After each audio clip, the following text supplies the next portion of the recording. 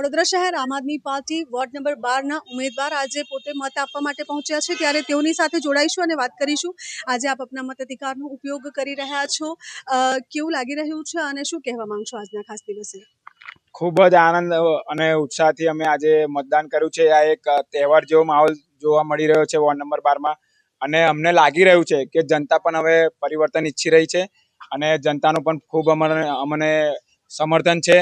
એટલે જ્યાં જ્યાં અમે હમણાં 4 થી 5 પોલીસ સ્ટેશન ફરીને આવ્યા, હું ને મારા બીરેનભાઈ સોલંકી, અમારા સાથી મિત્ર। તો જનતા એવું કહે છે કે આ વખતે પરિવર્તન નિશ્ચિત છે અને ખૂબ જોરોશોરોથી વોટિંગ ચાલી રહ્યું છે। અને હમણાં અમે આગળ મામલતદાર કચેરી છે પશ્ચિમ ઝોનની, ત્યાં જઈને આવ્યા। ત્યાં હમણાં થોડુંક અડધો કલાક માટે મશીન બગડ્યું હતું, ત્યાં આગળ અમે ખડે પગે અમે બંને જણા ઊભા રહીને મશીન ફરી ચાલુ કરાવડાયું।